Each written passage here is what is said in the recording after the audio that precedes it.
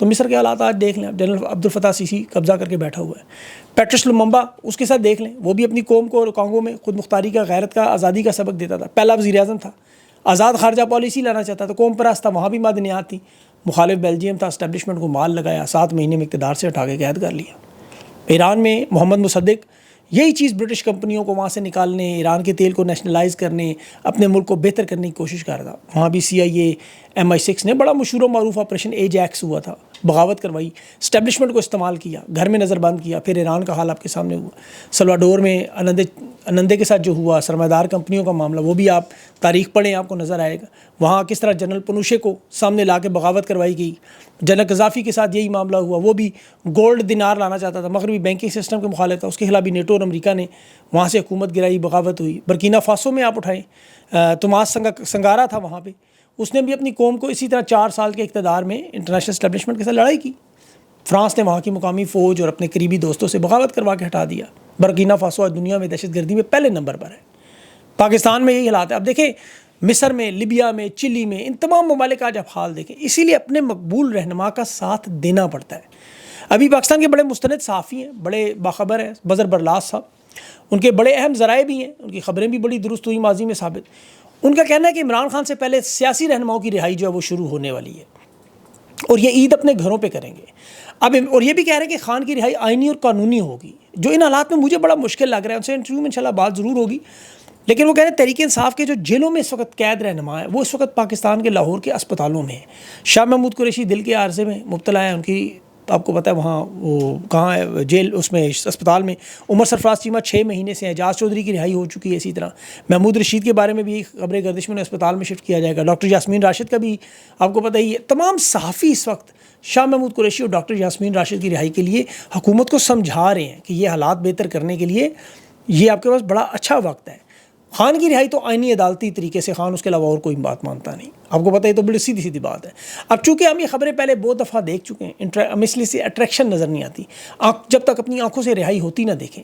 جو فضا بن چکی ہے وہ اتنی دھندلا چکی ہے، تصویر اس میں بڑی مشکل ہوتی جا رہی ہے. بلکہ یقین کریں ان حالات میں تو سچ بولنا بڑا مشکل ہے. ویسے تو جھوٹ کے ہر دور میں سچ بولنا ایک انقلابی عمل ہے، اخلاقی عمل بھی ہے.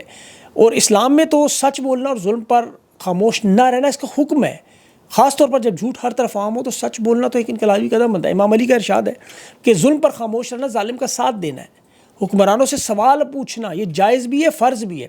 اس پہ تو خلیفہ دوم حضرت عمر رضی اللہ عنہ کی چادر والا واقعہ آپ کو پتہ ہے. جب ایک صحابی نے پوچھا تھا کہ آپ کی کپڑے کیسے بنے، چادر کیوں بڑی ہے، کپڑے سب کو برابر ملے، تو اس کے بعد ان کے بیٹے نے جواب دیا کہ نہیں، میں نے اپنی چادر دی. تو یہ ہمارا فرض ہے ہر بڑے واقعے کے بعد آپ کو پتہ ہے جو سوال اٹھتے ہیں اس سے سوال پوچھا جائے کہ وہ کون تھا جس نے یہ سارا آپریشن معاملہ ہوا. بھی جو DGSPR خطاب کر رہے تھے طلباء سے، اس کے بعد تو بہت سارے اور سوال اٹھ کے وہ کہہ رہے تھے ہمیں اپنا کام، کہہ رہے تھے یہ اپنا کام نہیں کرتے. تو آپ بتائیں ہم نے اپنا کام کیا یا نہیں کیا؟ ان کا احتساب کریں ان سیاستدانوں کا جو فوج کے خلاف باتیں کرتے تھے. یہ بڑی خصوصی نشست تھی ان کی. بات ان کی بالکل درست ہے. فوج کا اصل کام ملک کا دفاع ہے، جو انہوں نے بڑے بھرپور انداز میں کر کے دکھایا. اور اس کام کی دیکھیں ان سب کو تنخواہ بھی ملتی ہیں، امارات بھی ملتی ہیں، اور وہ جائز ہے. اگر 4 گنا تنخواہ بھی لیں، امارات لیں اور یہی کام کریں، لوگ تو ان سے خوش ہیں. جس طرح وابڈا کے اہلکار آپ کو بجلی سپلائی کرتے رہیں اور اپنی فرض کی ادائیگی میں اکثر و بیشتر شہید ہو جائیں. لیکن اگر وابڈا کے لوگ الیکشن میں حصہ لینا شروع کر دیں، حکومتیں گرانا شروع کر دیں، عدلیہ کو کنٹرول کرنا شروع کر دیں، تو پھر وابڈا سے سوالات ہوں گے. ایک محکمہ ہے، ایک ادارہ ہے. اب DGSPR نے کہا ہم نے جنگ جیتی ہے. ان لوگوں کا احتساب کریں جو فوج پر تنقید. بالکل ہونا چاہیے ان لوگوں کا احتساب، لیکن احتساب سب کو ہونا چاہیے. یہ 2024 کا الیکشن کیسے چوری ہوا، ارشد چیف ضلع شاہ عمار فاروق یہ شہید کیسے ہوئے، 26 نومبر کو ڈی چوک میں گولیاں کیسے چلیں، عدت جیسے کیسز کیسے بنے، پاکستان کی تاریخ کے سب سے بڑے رہنما عمران خان کو بے گناہ کیوں اغوا کیا گیا، بے گناہ جیل میں کیوں ڈالا گیا، 26ویں ترمیم کیوں ہوئی، سائفر کیوں تسلیم ہوا، حکومتیں کیوں گرے. احتساب ہونا چاہیے اس کا بھی. یہ جو جے شنکر کہہ رہا ہے اس کی باتوں کا بھی. ابھی TR عرب نیوز کو وہ بات کر رہے تھے، بھارت نے پہلگام واقعے کے فوراً بعد بغیر تفتیش کے جو میڈیا اور سوشل میڈیا پر پاکستان پر الزامات لگائے، یہ کہاں کی دانشمندی ہے؟ ثبوت دکھائیں، کسی غیر جانبدار ادارے کو دکھائیں. اس پیشکش کو رد کر کے یک طرفہ کارروائی جو بھارت نے ہماری مساجد پر، مدرسوں پر حملے کیے، انہوں نے بالکل DGSPR نے دوست کا انتہائی گھٹیا کام تھا.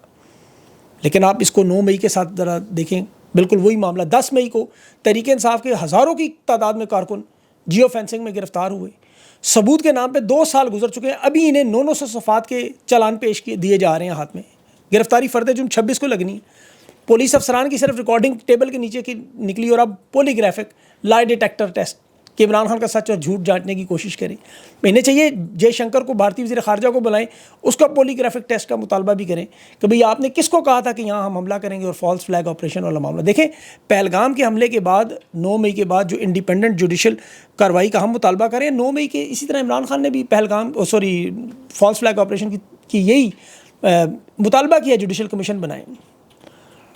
اب تو اس جنگ کے بعد دیکھیں جو بیانیہ بنتا جا رہا ہے، جو ہمیں نظر آ رہا ہے، فضائیہ کو تو جتنا آپ کریڈٹ دیں ہندوستان کے جہاز گرانے پر کم ہے، لیکن ان کے نہ کوئی پائلٹ نظر آ رہے سامنے، نہ کسی بڑے ہجوم میں استقبال ہو رہا ہے، نہ کوئی ڈھول ڈمکا ہو رہا ہے، نہ وہ کسی پریس کانفرنس میں جا رہے ہیں، نہ وہ کسی کرکٹ میدان میں جا رہے ہیں. کامران مسیح کے علاوہ سوشل میڈیا پر فضائیہ کی کوئی تقریب نظر نہیں آ رہی.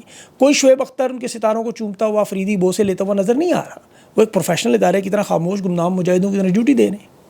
وہ اپنی اپنی بیرکس میں واپس چلیں گے اپنے کام پہ، کیونکہ انہیں پتہ ہے ایک تو اس کام کی انہیں تنخواہ بھی ملتی ہے، اور ان کا فرض ہے ہر محب وطن کی طرح ملک کا دفاع. اور انہوں نے بڑے زبردست طریقے سے کیا، جس کی جتنی تعریف کریں کام ہے. قوم انہیں اپنی سر آنکھوں پر اسی لیے بٹھا رہی ہے، لیکن یہ آپ کو دوبارہ منظر عام پر نظر نہیں آئیں گے. اب دوسری طرف دیکھیں خالی ڈول بجتے جا رہے ہیں. نون لیگ کریڈٹ کے چکر میں دیوانی ہوئی ہے. JS-17 کا نام انہوں نے کہا جی جنید صفدر، اور 17 ہماری نشستیں ہیں. شاید ٹائروں میں ہوا بھرنے سے اس کے JS-17 کے اور جنگ کے ڈیزائن، آپریشن بنیان المرصوص، مریم نواز اور نواز شریف کو کریڈٹ دینے سے لے کر ہر کام، اور ادھر بلاول زرداری کو دے دیا. یا پھر عظمیٰ بخاری، یا صادق، عرفان صدیقی، سہیل بڑھائی کی باتیں سنیں آپ کیا کہہ رہے ہیں کہ یہ جنگ نواز شریف نے فرنٹ سے لڑی. مطلب پتہ نہیں وہ جہاز کے ٹائر میں پیچھے چھپے ہوئے تھے کہ کسی پائلٹ کے جیب میں پتہ کہاں بیٹھے ہوئے تھے، مجھے نہیں پتا، کہ جاتی عمرہ سے جہاز اڑاتے رہے. بوٹ پالشی میں شہباز شریف تو قسمیں اٹھا اٹھا کے بتا رہا تھا. آپ کو پتہ ہے یہ جو کہ جنگ کا یہ منصوبہ کس نے بنایا. اب ظاہر ہے فتح کے بہت سے باپ ہوتے ہیں اور ناکامی یتیم ہوتی ہے. اب اپنا ہاتھ سیدھا کر رہے ہیں. کریڈٹ دینا چاہیے آرمی اس کو، ایئر فورس کو، جو کہ آتی آرمی چیف کے انڈر ہے، بالکل اس میں کوئی شک نہیں. لیکن نون لیگ کی قیادت تو آپ کو پتہ ہے مرتے ہوئے کے تابوت کے ساتھ کھڑے ہو کے تصویر بنا کے یہ جنت میں جائے گا تو اس کی ذمہ داری ہماری ہے، ہم نے جنت میں بھیجا. مودی کے ساتھ ان کی آپ ذرا محبت چیک کریں. پنجاب میں مودی کا پتلا جلانے پر FIR انہوں نے درج کر دی. آپ کو یقین آئے گا، یہ بھی شیخ امتیاز تحریک انصاف کا رہنما لاہور، اس کے اوپر FIR کیا ہے کہ اس نے مودی کا پتلا جلانے کی کوشش کی. اندازہ کر FIR کر دی. اور یہ صنم جاوید نے کہا جا کہ جواب دیں حملے کا، تو وہ بیچاری آج بھی جیلوں میں، پنکھا تک وہاں سے ہٹا لیتے ہیں کہ وہ تکلیف میں وہ اور باقی خواتین رہیں. وہ کیا کہتی تھی؟ کہتی تھی جواب دیں، اور جو ہم سب کہتے تھے، اور کہ دینا بھی تھا، انہوں نے دیا بھی.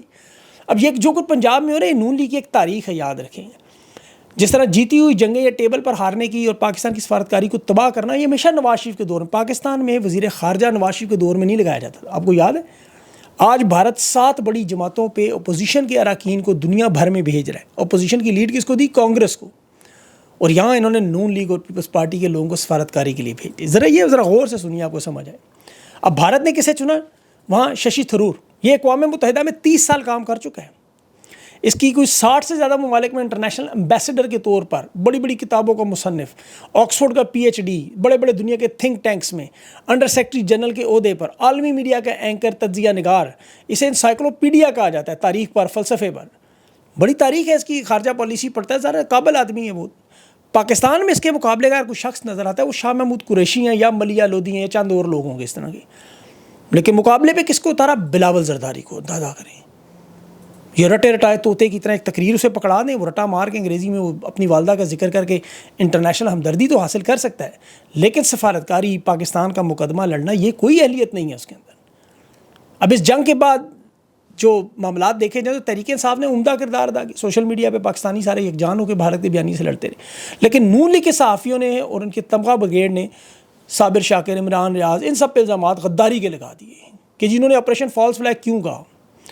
اب ان کے اپنے اسٹیبلشمنٹ کے سب سے بڑے پیغام رسان جو آپ کو پتہ ہے نجم سیٹھی صاحب، وہ ان کے اسٹیبلشمنٹ کے آپ کو پتہ ہے قریبی ساتھی ہیں. وہ جے شنکر کے بیان کو کہہ رہے ہیں کہ دنیا کا کون سا حملہ ایسا ہے جس میں بتایا جاتا ہے ہم دہشت گرد ٹھکانوں پر حملہ کریں گے، آپ بیچ میں نہ آئیں، ہم چند مدرسوں پر حملہ کریں گے، آپ خالی کرا دیں، خالی مدرسوں پہ حملہ کر دیں. یہ نجم سیٹھی صاحب کہہ رہے ہیں. ان پہ تو پیکا ایکٹ نہیں لگے گا کبھی بھی، ان پہ کوئی غداری کی بات نہیں کرے گا. لیکن باقی کچھ صحافی یہ سوال اٹھا دے کہ وہ کون تھا، کسے بتایا تھا جے شنکر نے. سوال پوچھیں کہ بھی کس طرح انہوں نے کہا کہ ہم فوجی تنصیبات کو نشانہ نہیں ہوگی، یہ کس کو پیغام دیا گیا تھا، تو وہ پھر غدار ہو جائیں گے لازمی. فتح کا جشن تو منانا حق بنتا ہے، لیکن جو بھارت نے پانی بند کیا سنتاس کا معاہدہ، اس پہ کیا رد عمل ہے، کیا جواب دیا جا رہا ہے؟ یہ سوالات تو پوچھے جائیں گے نا. انٹرنیشنل سطح پہ بھارت اپوزیشن لیڈروں کو بھیج رہے ہیں. یہاں پہ آپ اپوزیشن کو بتانے پہ گوارہ نہیں کرتے، یہاں مودی کے پتلے جلانے پر ایف آئی آریں کاٹی جا رہی ہیں، پاکستان زندہ باد کہنے والے لوگوں پر مقدمات کر دیے جاتے ہیں پنجاب میں، کیوں؟ یہ اس کا آپ کو جواب نہیں دیں گے۔ اسی طرح اور بھی ان کے آپ کو پتہ بھی ایران سے جو سستے ڈرون ملتے تھے جو روس جیسا ملک یوکرین میں استعمال کر رہا ہے، اس کے بجائے ترکی کے 20 گنا مہنگے ڈرون کیوں استعمال کیے گئے؟ اب ظاہر ہے اس میں نون لیگ کے آپ کو پتہ ہے شہباز شریف وغیرہ کمیشن کک بیکس، ایک بڑا لمبا چوڑا معاملہ، 20,000 سے 1 لاکھ کا ڈرون ہے ایرانی۔ اور پاکستان تو ویسے چین کے وہ ونگ لانگ اور اپنے مقامی جو ان کے براق ہیں وہ استعمال کرتے ہیں، ترکی کے تو بڑے مہنگے ڈرون ہیں، ایران کے ڈرون تو بہت سستے ہیں لیکن امریکی دباؤ میں نہیں استعمال کر سکتے۔ وہ سوال پوچھیں گے جواب نہیں ملے گا ان سے۔ تو بھی یہ سوال سب سے بڑا اہم سوال جو IMF کا بھی دیکھیں، 11 شرائط آئی ہیں نہیں ہیں۔ دفاعی بجٹ جو تھا 2.4 کھرب ٹوٹل ہمارا بجٹ، اس میں سے آپ دیکھیں 18% بجٹ ہو چکا ہے، 12 سے 18 بھارتی جارحیت کے بعد۔